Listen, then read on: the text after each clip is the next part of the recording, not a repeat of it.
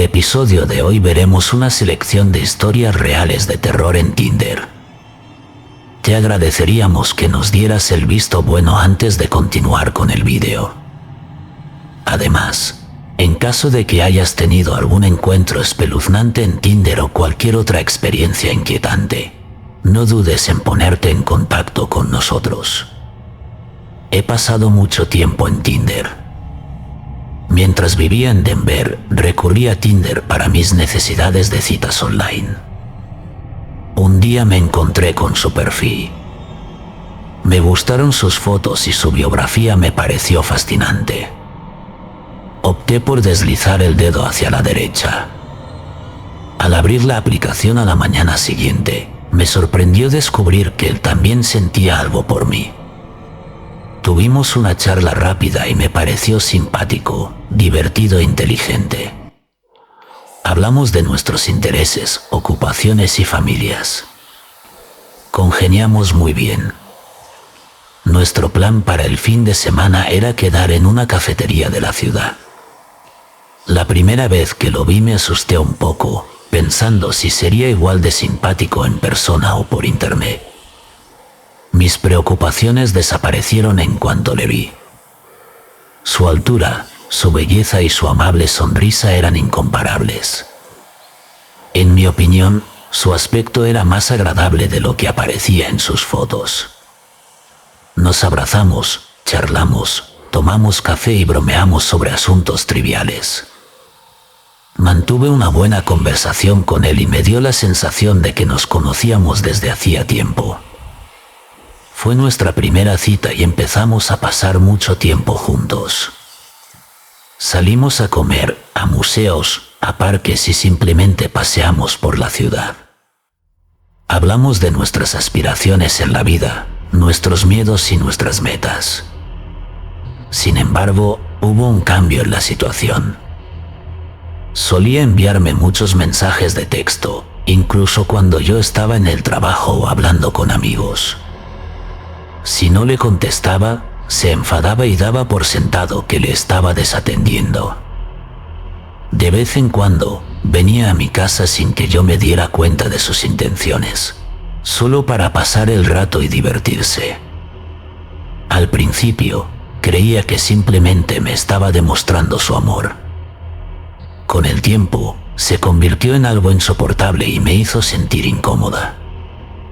Además, cada vez que intentaba hablar de ello con él, se ponía a la defensiva y se enfadaba. Declaraba que yo era la única que tenía en el mundo y que no podía imaginarse la vida sin mí. Me acusó de intentar ligar con otros chicos, pero más tarde admitió que yo no le quería. Se convirtió en un reto para mí tener cuidado con todo lo que decía o hacía a su alrededor. No podía disfrutar de estar sola, pasar tiempo con mis amigos o hacer cosas que me gustaban sin sentirme culpable. Recibir sus llamadas me resultaba poco atractivo. Nunca parecía darme garantías sobre nada de lo que me preguntara o dijera. Me sentía agotada. Un día visitó mi lugar de trabajo. Entró para buscarme. Cuando le pedí que se fuera, empezó a gritar y a crear un problema importante. Mis compañeros de trabajo tuvieron que ponerse en contacto con seguridad para sacarle de allí. Fue una experiencia realmente humillante. Mi jefe fue increíblemente comprensivo, lo cual es una suerte. En retrospectiva, podría haberme expulsado, pero su respuesta fue de cállate. Nadie en el trabajo volvió a mencionarlo después de aquello. Siento un gran respeto por todos mis compañeros. Era consciente de que había llegado el momento de romper con él. Intenté suavizar la situación diciéndole algo por teléfono, pero no quería oírlo. Insistió en que le diera otra oportunidad. No volví a hacerlo. Tuve el presentimiento de que las cosas no mejorarían. Posteriormente, envió más y más mensajes. Al principio, solo eran mensajes conmovedores que transmitían su profundo afecto y deseo por mí. posteriormente se transformaron en inquietantes indicios. Compartió fotos mías y de mis amigos en las redes sociales y transmitió su conocimiento de la ubicación y su intención de vigilarnos. Para verme, venía a visitar lugares en los que yo ya estaba familiarizada. Estaba asustada y no tenía otra opción. A pesar de mis esfuerzos por impedir sus llamadas, seguía creando otras nuevas. A pesar de mis intentos de ponerme en contacto con la policía, me informaron de que sus opciones eran limitadas, a menos que me hubiera causado algún daño. Lo sé, parece una locura. Mientras estaba sola en casa, oí un ruido fuera de mi apartamento mientras veía la televisión. Me acerqué a la ventana y lo vi allí de pie, mirándome fijamente. Muy asustada, cerré puertas y ventanas y avisé a la policía. La policía se lo llevó detenido en cuanto llegó. Tras pasar la noche en la cárcel, descubrí que estaba muy borracho. Al día siguiente fue puesto en libertad. Tras el incidente, se dictó una orden de alejamiento contra mí. Posteriormente, las cosas mejoraron considerablemente. Es posible que tuviera miedo de que le cayera la ley encima, o puede que sus amigos y su familia ya hubieran hablado con él. Fuera lo que fuese, me alegro de que las cosas no se fueran de las manos. Incluso después de 2 años, me sigue inquietando la idea de encontrármelo en algún otro lugar. A pesar de su falta de inicialidad, le di una oportunidad a Tinder en 2015. Me sorprendió la cantidad de matches que obtuve cuando empecé a hacer swipe. Mis posibilidades de conseguir 3 o 4 matches no eran tan buenas como había esperado en un principio. Carol, que tenía el pelo largo y rizado, era una belleza impresionante entre ellos. Nuestra conversación fue fructífera desde el principio, lo que nos llevó a quedar en un parque de nuestra zona. Fui al parque temprano en nuestra primera cita. Era un día agradable. El sol brillaba con fuerza. El parque estaba tranquilo, solo había algunas familias y parejas. Me senté en un banco cerca de donde habíamos quedado. A medida que pasaba el tiempo, empecé a sentirme inquieto. A pesar de su tardanza, no dejaba de buscar información sobre si había cancelado o desaparecido. Al cabo de un rato, el sol desapareció y me levanté para volver a casa cuando oí pasos detrás de mí. A la puesta de sol le siguió una enorme sombra. 3 hombres se acercaron a mí cuando me di la vuelta. Parecían tener unos 25 años, y 2 de ellos eran bastante corpulentos. Cuanto más se acercaban, más ansioso me sentía. Hola, ¿estaría dispuesto a darme algo de dinero como alternativa? Lo siento, no me queda dinero, dije. 2 de los tipos me impidieron salir cuando intenté hacerlo. Uno preguntó si podía examinar su cartera. Retrocedí en mi intento de evitar su presencia. Declaré que no habría complicaciones. Hice un esfuerzo por evitarlos, pero no me dejaron acercarme. En lugar de alejarse, se acercaron a mí y uno de ellos me agarró del brazo. Intenté soltarme, pero su agarre era firme. Otros 2 hombres se colocaron a mi alrededor. Era consciente de que tenía que actuar con rapidez. Con un subidón de adrenalina, giré el brazo libre alrededor de uno de los tipos y conecté con él. Se tambaleó hacia atrás, agarrándose la nariz. Me alejé de ellos tan rápido como pude. Vi que intentaban alcanzarme, pero yo podía correr a mayor velocidad. Al final, cuando dejé de exhalar profundamente y traté de recuperar el aliento, me di cuenta de que no estaba seguro de dónde estaba. Me encontraba en una ciudad que nunca me había resultado familiar, sin lugares conocidos. Consulté mi teléfono para ver dónde estaba y qué hacía falta para volver a mi piso. Al final, pude precisar mi ubicación utilizando un mapa. Marqué un Uber para evitar el miedo a que me encontraran los mismos hombres que me acompañaban de vuelta a casa. Me sentí muy avergonzada por el incidente e intenté actuar como si se tratara de un asunto menor. Tuve la sensación de que Carol no era auténtica en aquel momento.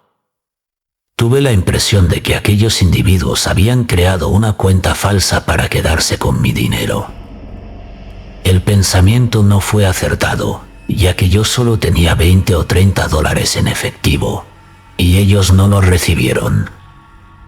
Carol me envió un nuevo mensaje en Tinder, que me pilló desprevenido.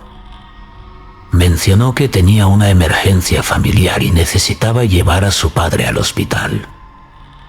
Al principio, no estaba seguro de lo que había ocurrido. ¿De verdad me había enviado un mensaje de texto o estaba intentando confundirme una vez más? Es posible que el individuo estuviera disgustado.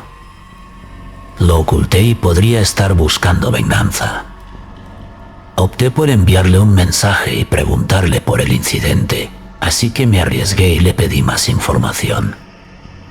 Es una historia larga. Mi padre sufrió un infarto y tuvimos que llevarlo de urgencia al hospital. Fue una experiencia muy dura. No tengo palabras. No me lo podía creer. Estaba segura de que esos 3 hombres eran los responsables. Sin embargo, no la responsabilicé solo en aras de la exactitud. La eliminé y me desentendí de cualquier implicación. Además, me daba demasiada vergüenza buscar la intervención de la policía. Mi falta de conocimientos para encontrar a esos individuos significaba que no era probable que fuera de ayuda. La situación llegó a un abrupto final. Pero unos meses más tarde, paseaba cerca de mi casa cuando vi a uno de aquellos individuos bajando del autobús. No llegó a verme. La presencia de aquellos tipos seguía siendo inquietante. No voy a revelar mi identidad ni dónde resido, pero quiero compartir información sobre mí y mi exnovio. Se trata de un hombre de 23 años, natural del país. A pesar de conocernos en Tinder en verano de 2018, no empezamos a hablar hasta septiembre. Me parecía un chico típico y ambos nos teníamos cierto afecto mutuo. No pasó mucho tiempo hasta que me di cuenta de que estaba completamente equivocada. Durante nuestra cita en septiembre, tuvo que llevarme lejos de su ciudad natal. Durante nuestras conversaciones, lloraba con frecuencia y expresaba su admiración por su exnovia. Fue el primer indicio. Intenté calmarle, pero estaba muy alterado y no se le podía consolar. Posteriormente, entramos en un aparcamiento vacío y empezó a llorar de nuevo. Sollozaba mientras golpeaba el volante. Fue el segundo presagio. Le pregunté por su estado cuando se puso a llorar y de repente pareció abatido sin causa aparente. Nuestra relación duró solo un mes, pero como vivíamos en ciudades distintas, fue una relación a distancia. Me llamaba casi todos los días, llorando por su exnovia y por lo mucho que la echaba de menos. Me preguntaba insistentemente cómo conseguir que ella volviera a entablar conversación con él. Siempre que le veía, me aseguraba de decirle que no era una mala persona y que probablemente ella aún le quería. Nuestra segunda cita tuvo lugar a finales de ese mes y decidimos ir a su casa, que se encontraba a unas 3 horas de distancia. Me llamó varias veces mientras estaba en la ducha. Le devolví la llamada a los pocos minutos. Al salir, me disculpé mientras estaba en la ducha. ¿Está todo en su sitio? No me importa dónde estuvieras, pero la próxima vez tenemos que hacer planes y deberías contestar al teléfono. Me sorprendió y me perturbó mucho. Me sentí culpable por no haber iniciado la conversación, así que decidí pasar tiempo con él. Decir que su casa estaba desordenada sería quedarse corto. A partir de entonces, nuestra relación se deterioró. Una vez pasó por casa de su exnovia para comprobar si seguía con él, sintiendo su ausencia. Me telefoneó para quejarse y le sugerí que tal vez ella no estuviera en casa cuando él llamó. Es posible que estuviera en el trabajo o en la escuela. Me gritaba cada vez que intentaba defenderme. Cuando intentaba calmarle, se ponía más ansioso. Me llamaba repetidamente si no colgaba. También me comparaba con su exnovia, pero siempre negaba la comparación cada vez que se lo mencionaba. Decía cosas como, aspiro a estar con ella. Ella tenía la capacidad de discutir asuntos profundamente personales. Con frecuencia mencionaba que ella era su alma gemela durante nuestras conversaciones y que ella merecía estar allí al final. A pesar de mis esfuerzos por cesar la comunicación con él, insistía en mantenerme al tanto y me decía que solo necesitaba su ayuda.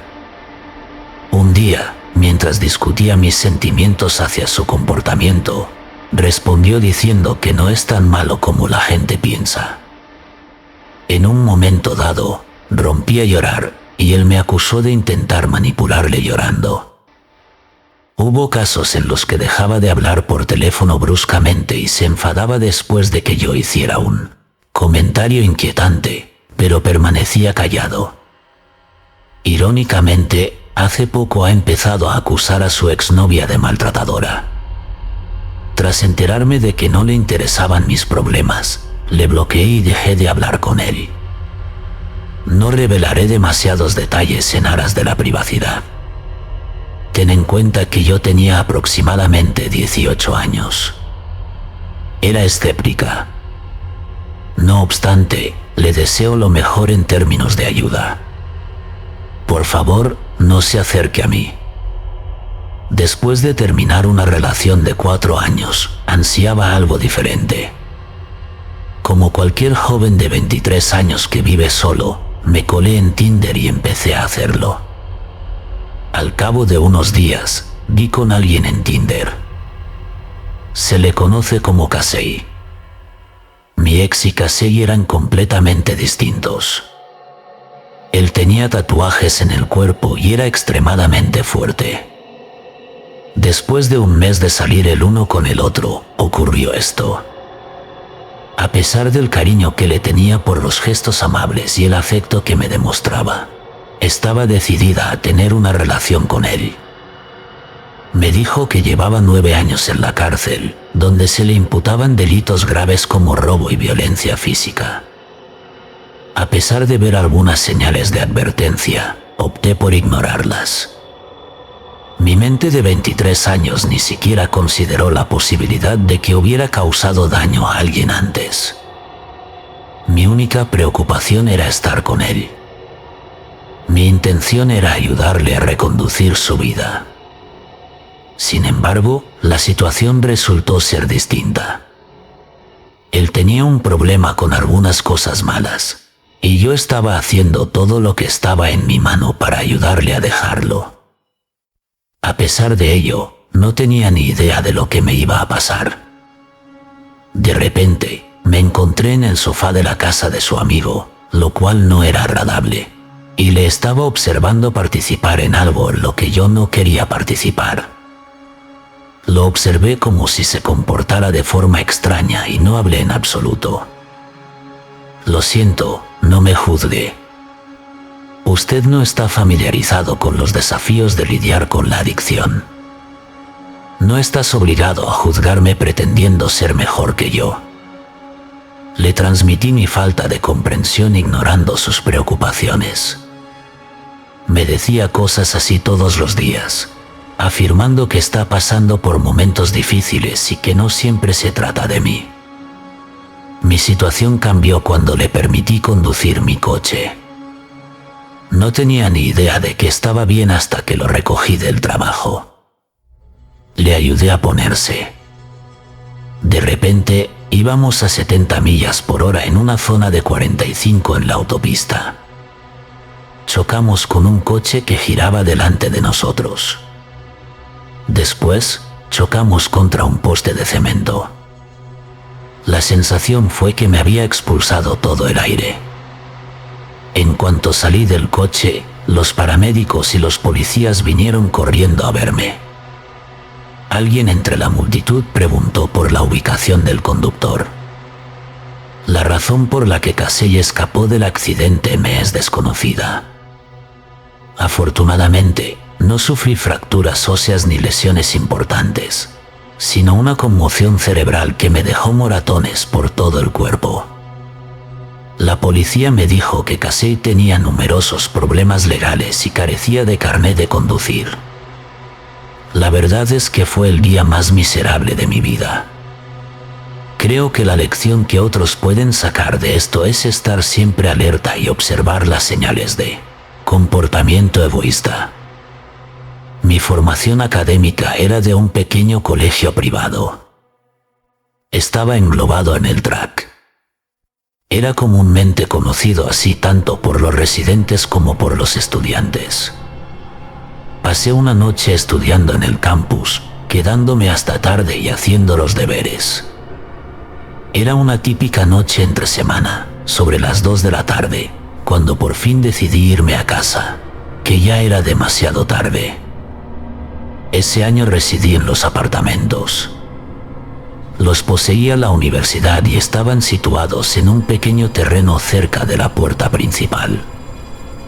Para llegar hasta allí era necesario cruzar la carretera principal, que tenía 4 carriles entre el campus y otro carril. En el lado opuesto del colegio había un cruce de caminos. Mientras caminaba por la vía y me acercaba a la puerta principal, una furgoneta entró inesperadamente en el campus. Se detuvo ante la señal de stop y permaneció allí un breve instante. Tras un breve instante, la furgoneta giró a la izquierda y se dirigió hacia mí por la pista. Hay que tener en cuenta que eran las 2 de la mañana y no había vehículos en la carretera. Los únicos que estaban presentes aquella noche eran los que se habían quedado conmigo, pero ya se habían ido todos a casa. Después, observé que sus faros habían girado y luego volvieron detrás de mí. Me pareció extraño, así que me desvié de la pista y me metí en la hierba. Pasaron junto a mí, cerca del borde de la carretera. Se detuvieron en el foco y giraron a la izquierda al acercarse a la puerta principal. Cabe señalar que hay 3 formas de llegar a los apartamentos a los que me dirigía. Podía caminar por el sendero hasta la acera, pasar por la puerta principal y tomar el semáforo del paso de peatones. El hecho de estar esperando junto a la furgoneta ya me había inquietado un poco. Me desvié de la pista y procedí a caminar por una carretera secundaria. Este recorrido se dividía en 2 partes. Si te diriges hacia la derecha, puedes caminar fácilmente hasta una zona de aparcamiento que está cerca de uno de los pequeños restaurantes familiares. Desde allí se puede caminar directamente a los apartamentos. Hacia la izquierda, se atraviesa un túnel bajo la carretera principal y luego se gira hacia el lado opuesto. Después, se sube a la acera y se continúa hasta llegar a los apartamentos. El camino desciende a medida que avanzo por la pequeña colina. Mientras miro a mi alrededor, el semáforo cambia a verde y la furgoneta da marcha atrás para volver al campus. La furgoneta pasa por encima de la pista, da la vuelta una vez más y se detiene en una señal de stop a lo largo de su camino. Me sentí como si estuviera allí, en la división, y me estuvieran vigilando durante ese tiempo. Podían darme la vuelta y bloquearme en la carretera principal antes de que llegara a ella, independientemente del camino que eligiera. Tuve la suerte de llevar conmigo mi teléfono móvil. Me paré en la línea divisoria del camino y llamé por teléfono a la seguridad del campus. Me parecieron los 3 minutos más largos de la historia hasta que llegaron. Detrás de mí estaba aparcada la furgoneta de seguridad. Tras bajarse del coche, el agente de seguridad me saludó y procedió a hablar con los que iban en la furgoneta. Salieron del campus y se marcharon. Me llevaron gratis al apartamento. No obstante, me aconsejaron que no permaneciera en el campus hasta el día siguiente. No estoy seguro de si la furgoneta en cuestión era mala, pero no pasó desapercibida ni para mí ni para el personal de seguridad. Agradezco su respuesta.